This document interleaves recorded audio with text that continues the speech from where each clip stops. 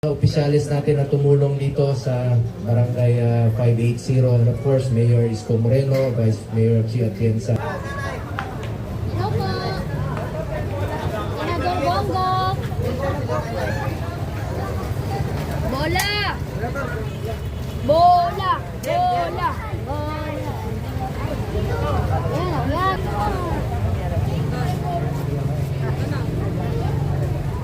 Nanay, oh. Wow! Senator, pa yung bola, Senator. Wow! Senator, pa yung bola.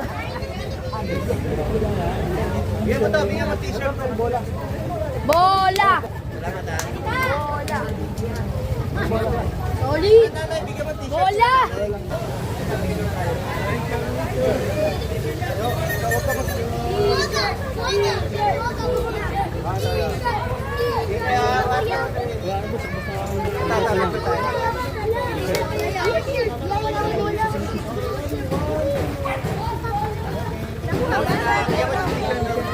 Bigyan mo na lang shirt.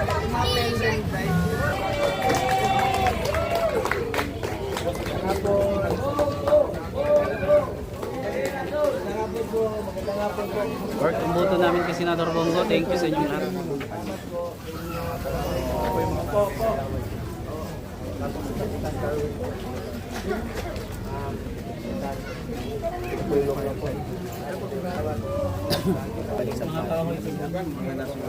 Isa pala itong compound mga mag. dito yung ladder, nilagay niya sa buong pato mo. Puntahan natin yung mga tao.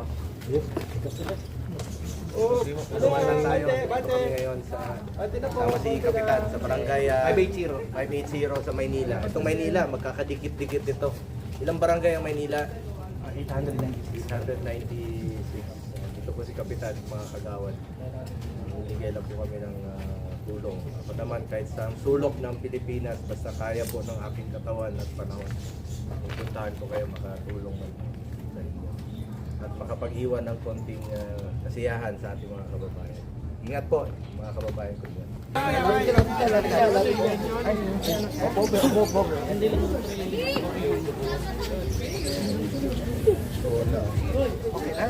Hindi naman operahan. Bigay lang operahan. Tubig sa ulo pero mababa yung...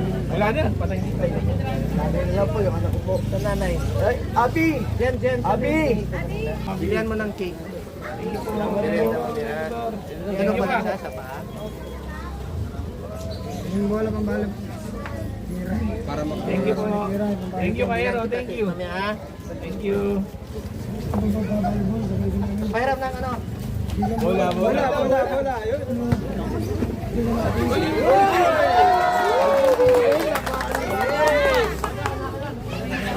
Oh, 1-1-1 game.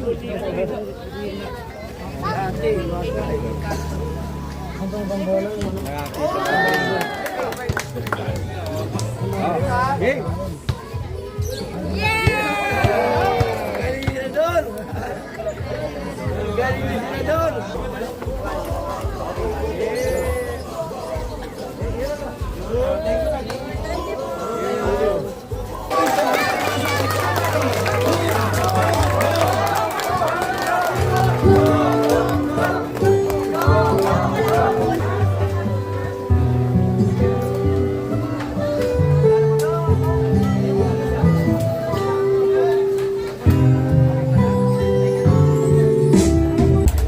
Magandang hapon po sa inyong lahat, mga kababayan ko dito po sa Maynila.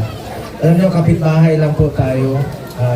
Dito rin po ako nakatira sa Maynila sa nakaraang 10 taon na, magsa-10 taon na rin po. Diba na dito po nagtrabaho si dating Pangulong Duterte noong 2016. Dito na rin po ako sa Maynila nakatira. Dati po akong taga Quezon City. Pero laking Mindanao po ako, taga Davao, Batanggenyo po ang aking lolo't lola. So Bisaya po ako na Batanggenyo, pero kapitbahay niyo rin po ako dito sa Maynila. Tuwing may nasusunugan dito sa Maynila, parati ko na pong sinasabi na tinatanong ko parati kung may nasaktan ba. Kanina may nasaktan, no? may nasawi ba? Wala naman po. Importante sa akin ang buhay ng bawat isa. Ang gamit po nabibili yan, ang damit nalalabhan, ang pera kinikita. Subalit yung perang kinikita ay hindi po nabibili ang buhay. Importante, buhay tayo, magtulungan po tayo at huwag po tayo mawala ng pag-asa. Mahirap po masunugan, napakasakit, umpisa muli. Pero habang buhay tayo, huwag po kayong mawala ng pag-asa. Tulungan lang po tayo. Ako naman, sa abot ng aking makakaya, pupunta po ako sa inyo. Marahil magtataka kayo kahit sa sulok ng Pilipinas, makita nyo mamaya, nandun ako sa Cagayan, minsan nandun sa Vizcaya o sa parte ng bansa. Pag may sunog sa kuna, sunog, lindol, putok ng bulkan, bagyo, pagbabaha, kung kaya po ng aking katawan, pinupuntahan ko talaga yan. Makatulong at makapag-iwan ng konting ngiti sa panahon ng inyong pagdadalamhati. Masaya na po ako na makitang masaya rin po kayo ngayong araw na ito. Hindi ko po matiis na nakaupo lang sa opisina habang kayo po ay nangangailangan ng tulong. Kaya pupunta talaga ako sa inyo kahit sa sulok kayo ng Pilipinas. At salamat po sa mga opisyalis natin na tumulong dito sa Barangay 580. And of course, Mayor Isko Moreno, Vice Mayor Chi Atienza, aking kumpare si Mayor Isko. And of course, ang ating masipag na Kapitan, Chairman Darwin de los Santos. Palakpakan po natin, Kapitan, salamat. Kanina may lumapit, nagpapasalamat. Huwag po kayong magpasalamat sa akin. Ako po ang dapat magpasalamat sa inyo. Dahil binigyan niyo po muli ako ng pagkakataon na makapagserbisyo po muli sa inyo. Maraming salamat po sa inyo lahat. Ginawa niyo akong number 2 sa Manila City at number 1 po sa buong Pilipinas. Maraming salamat po. Salamat po sa ating mga kapulisan, mga barangay pulis. Salamat rin po sa inyong serbisyo.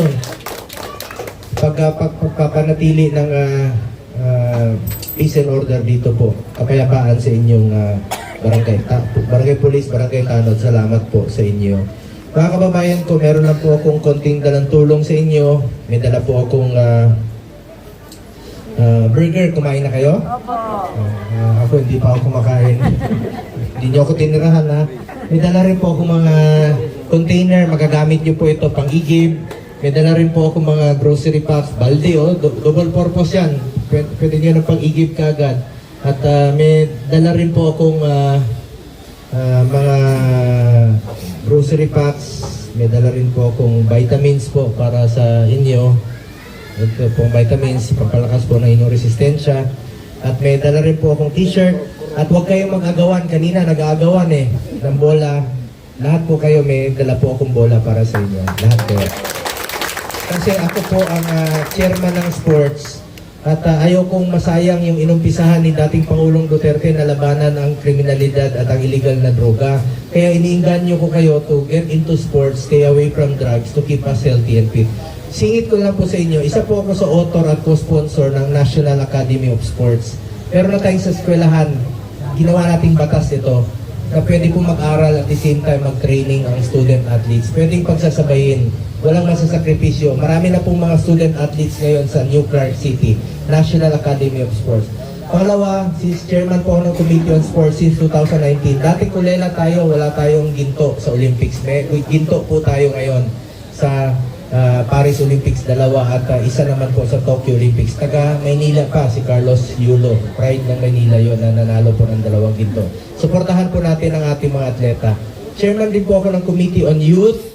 Sa mga kabataan, patuloy ko pong susuportahan ang mga panukalang batas na makakatulong sa edukasyon tulad ng free tertiary education ng panahon ni Pangulong Duterte. Pinaglaban natin at nag-file din po ako ng expanded free tertiary education na may pagpipilian palalo ang ating mga anak sa kanilang pag-aaral na libreng edukasyon. Panahon po yun ni Pangulong Duterte na pinaglaban po natin na isa batas. Pangatlo po, ako po ang Vice Chairperson ng Committee on Health. Alam niyo naman ang naging prioridad ko, di ba? Malasakit Center, Super Health Center, para dyan na po magpapacheck up, mga anak, dyan na po, para ma-decongest rin po yung mga hospitals. At ito pong Regional Specialty Center. At mga heart center, ilalagay na po sa mga DOH hospital sa buong Pilipinas. At proud lang po ako, meron tayong pinatayo sa PGH na halfway house.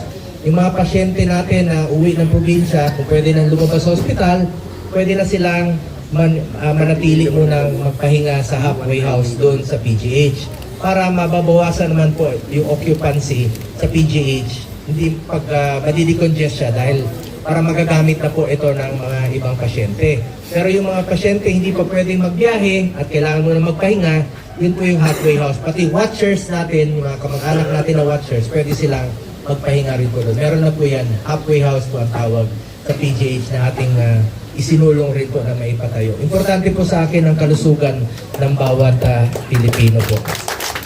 Dahil katumbas po yan ang buhay ng bawat isa. Ngayon, meron din po akong dala na konting pambili po ng inyong ulam. Mamaya, konti lang naman po to. Mula sa aking opisina, pambili nyo lang po ng pagkain, ulam, baon ng inyong mga anak. At may dala rin po ako mga bigas, no? At mga mansanas po, dahil may nagbigay sa akin ng mansanas. Yung mansanas dito, iba-ibang color. May dilaw, may green, may pula. Ibig sabihin nito, kahit anong kulay natin, maprutas man o mapolitika, ang importante magtulungan tayo, di ba? Madilaw, mapula, na green, o tatlong color ito yan. Importante, mahalin natin ang ating kapwa Pilipino. Alam niyo, ang gulo na ng politika sa ating bansa. Alam niyo, tuwing magulo ang ating bansa, ang politika, ang nasasakripisyo ang Pilipino. Yung mga mahihirap nating kababayan ang nagsasakripisyo. Kawawa naman po. Ako, patuloy po akong magsiservisyo sa inyo at wag po nating kalimutan na labanan po ang korupsyon sa gobyerno.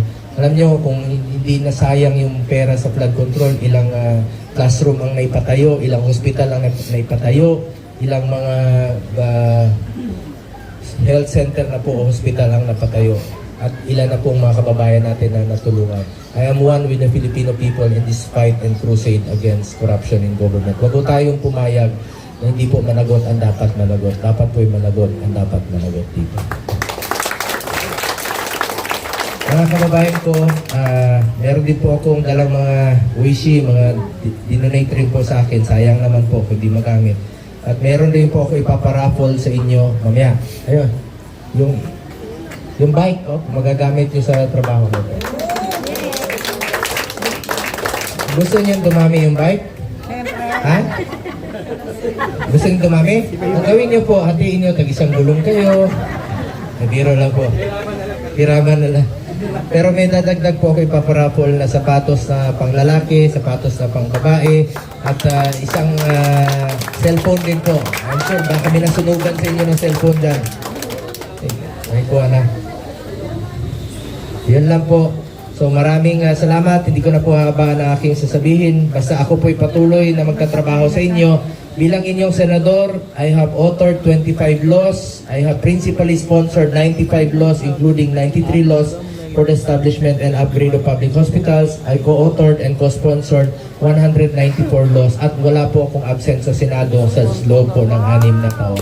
Puro po ako trabaho, serbisyo, pagmamalasakit ang pwede kong ialay sa ating mga kababayang Pilipino.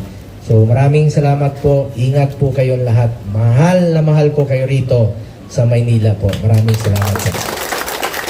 At nakiusap rin tayo sa NHA. May programang EHAC na sinulong natin noon na kung mag-qualify po kayo, mag-validate lang kay Kapitan para bibigyan mo kayo ng pambili ng housing materials through EHAC program.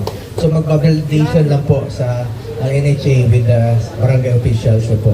So ingat kayo lahat. Meron lang po akong sasabihin. Sana po maalala ninyo sa mahabang panahon ito.